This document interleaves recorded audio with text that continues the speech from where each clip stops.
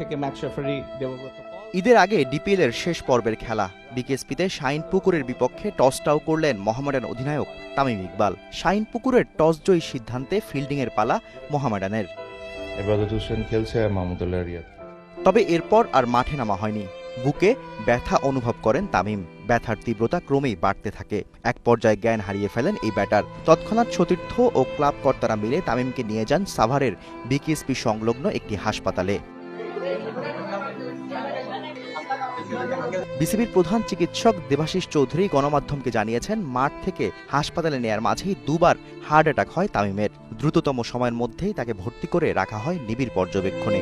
Jamuna electronics ঈদে double খুশি offer season 3, যে কোনো পণ্য কিনলেই পাচ্ছেন নিশ্চিত ঈদ উপহার।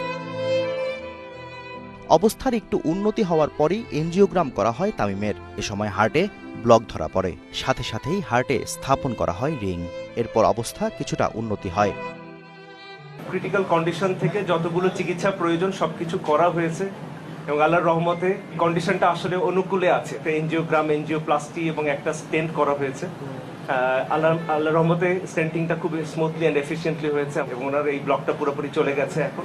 তামিমের অসুস্থতার খবর পাওয়ার পরেই স্থগিত করা হয় বিসিবির কার্যনির্বাহী কমিটির সভা। বিসিবি থেকে সরাসরি সাভারে চলে যান বোর্ড সভাপতি ফারুক আহমেদ সহ অন্য পরিচালকরা। এ সময় হেলিকপ্টারে সাভারে পৌঁছান তামিমের পরিবার। তবে শারীরিক পরিস্থিতি যথেষ্ট উন্নতি না হওয়ায় হেলিকপ্টার করে ঢাকায় আনা সম্ভব হয়নি। Shahriar Hossain, DBC news desk.